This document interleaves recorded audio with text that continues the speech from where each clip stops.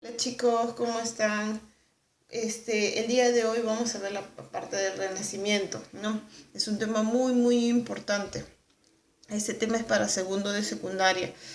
Acuérdense que nosotros la vez pasada hablamos sobre que cada sábado va a haber un resumen de este tema. Entonces, vamos a empezar pues, ¿sí? El Renacimiento abarca más o menos el siglo XIV, XV y XVI. Este periodo es un periodo muy interesante porque hay grandes cambios relacionados al contexto social, al contexto histórico, ¿sí? Entonces, entre los cambios que hay, por ejemplo, en el contexto histórico, vamos a ver que van a empezar los grandes descubrimientos, ¿no? Como el descubrimiento de América, que fue en 1492, y también va a haber la caída de Constantinopla, y a su vez va a aparecer lo que vendría a ser la creación de la imprenta en 1440 por Johannes Gutenberg. Entonces, este periodo es muy interesante porque aparecen eventos y elementos que cambian justamente la historia para crear una idea muy importante en este periodo del Renacimiento, que es justamente la humanidad, ¿no? Darle más importancia a la humanidad que a la fe. Esa era la idea. Entonces, por ejemplo, en el contexto social ya hemos mencionado el descubrimiento de América, que fue en 1492. ¿Para qué sirvió? ¿Qué de bueno fue? ¿No? Ahí nos ponemos a pensar. Pónganse en el momento de ese periodo, ¿no? Esos grandes descubridores como Colón, ¿no? Que buscan, obviamente, saber la verdad sobre si la Tierra era plana o redonda. Entonces quería más o menos entender ese sistema, ¿no? Ver si en realidad en el filo del mundo existían dragones, seres mitológicos, ¿no? O que de repente iban a llegar hasta el fin de los confines, ¿no? Como se decía en ese momento, ¿no? Y iban a caer sus barcos hacia la nada. Eso es lo que más o menos creían ellos. Entonces, en ese momento tratan de saber la verdad, ¿no?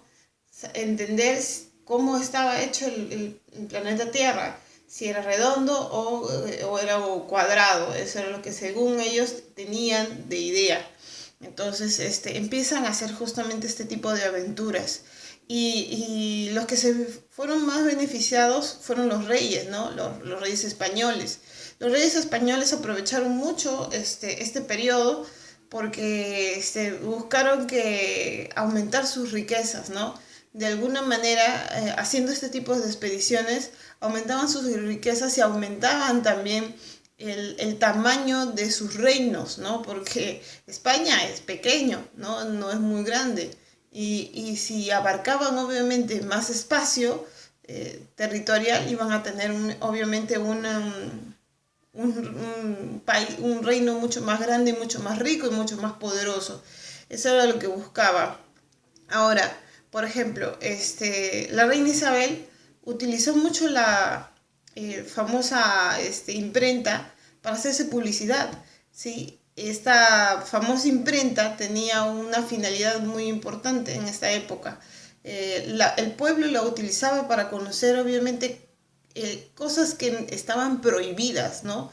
Por ejemplo, en esa época prohibido estaba muy prohibido leer la Biblia en latín, ¿no? Y traducirla al idioma original, ¿no? Estaba prohibido todo eso. Entonces, ¿qué es lo que hacen los alemanes? Buscan justamente cambiar esa idea, ¿no? Y empezar a publicitar, por ejemplo, la Biblia, ¿no? Capítulos de la Biblia en el idioma original, en el latín, ¿no? Para que la gente de todas las esferas pudieran leerla, ¿ya? Entonces, eso no le gustó al clero, al final de cuentas terminaron mal, ¿sí? Terminaron obviamente muy mal y las personas empezaron a sublevarse y ahí es donde empiezan las crisis, ¿no? Coyunturales y religiosas en este periodo, ¿sí? Porque más resalta justamente, como ya les he dicho, la humanidad y la razón, ¿no? Eso es lo que más resalta en este periodo. Después de esto, vamos a ver la siguiente parte, que es lo que vendría a ser las características de una pintura, ¿sí? Pero esto será en el siguiente video.